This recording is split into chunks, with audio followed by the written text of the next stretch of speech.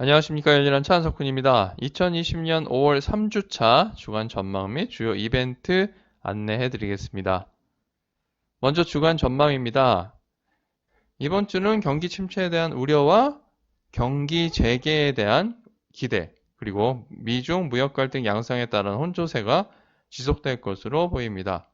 지난주 다우는 2.65% 하락했고요. 나스닥은 1.17% 하락했으며 S&P 500은 2.26% 하락했습니다. 미국과 유럽 각국의 봉쇄 조치 완화와 경제 재개가 지속되고 있는데요.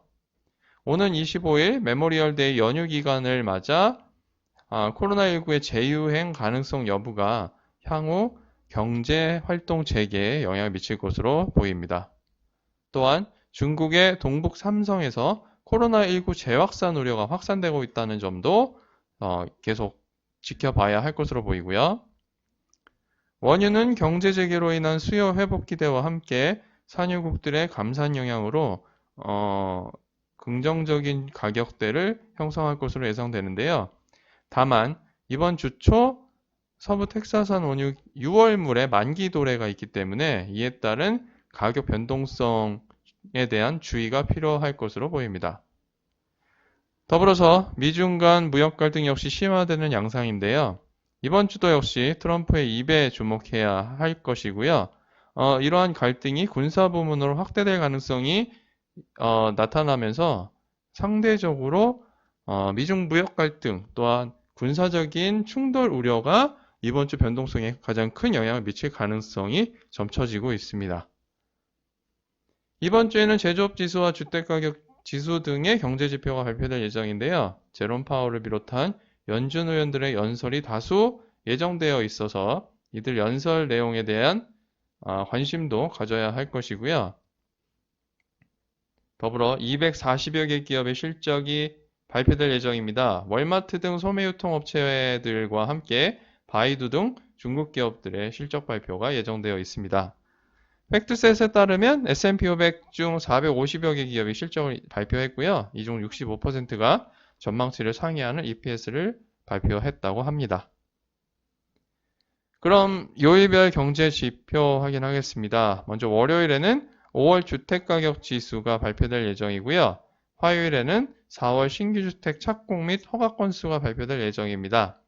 제롬 파월 연준 의장의 상원 증언과 에릭 로젠그렌 보스턴 연은 총재 연설이 예정되어 있습니다. 수요일에는 4월 FOMC 의사록이 공개되고요. 제임스 블러드 세인트루이스 연은 총재가 연설할 예정입니다. 목요일에는 5월 IHS 마켓 제조업 및 서비스업 PMI가 발표되고요. 4월 기존 주택 판매 및 경기 선행지수, 그리고 주간 실업수당 청구 건수가 발표될 예정입니다.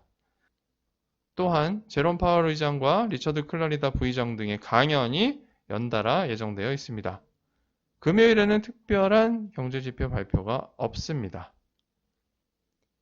그리고 요일별 실적 발표 일정도 확인하겠습니다. 앞서 말씀드린 것처럼 이번 주에는 240여 개 기업이 실적을 발표하는데요. 월요일에는 40여 개 기업이 실적을 발표하고요. 화요일에는 50여 개 기업, 수요일에는 60여 개 기업, 그리고 목요일에는 50여 개 기업, 그리고 금요일에 20여 개 기업이 실적을 발표할 예정입니다. 월요일 장 시작 전에는 C 리미티드, 인터내셔널 게임 테크놀로지 등이 실적을 발표하고요. 장 마감 후에는 바이두, 아이치히, 빌리빌리 등이 실적을 발표할 예정입니다. 화요일 장 시작 전에는 월마트, 홈디포, 어드밴스 오토 파츠, 웨이보, 콜스 등이 실적을 발표하고요. 장 마감 후에는 넷이지, 에센디드 파마, 어반 아웃피터스 등이 실적을 발표할 예정입니다. 수요일에는 장 시작 전에 로우스, 타겟, 애널로그 디바이시스, 맥캐슨 등이 실적을 발표하고 장 마감 후에는 시놉시스, 코파트, 테이크2 인터랙티브 소프트웨어, 익스피디아 그룹 등이 실적을 발표할 예정입니다. 그리고 목요일에는 장 시작 전에 메드트로닉, TJX, 홈헬푸즈, 베스트바이 등이 실적을 발표하고요.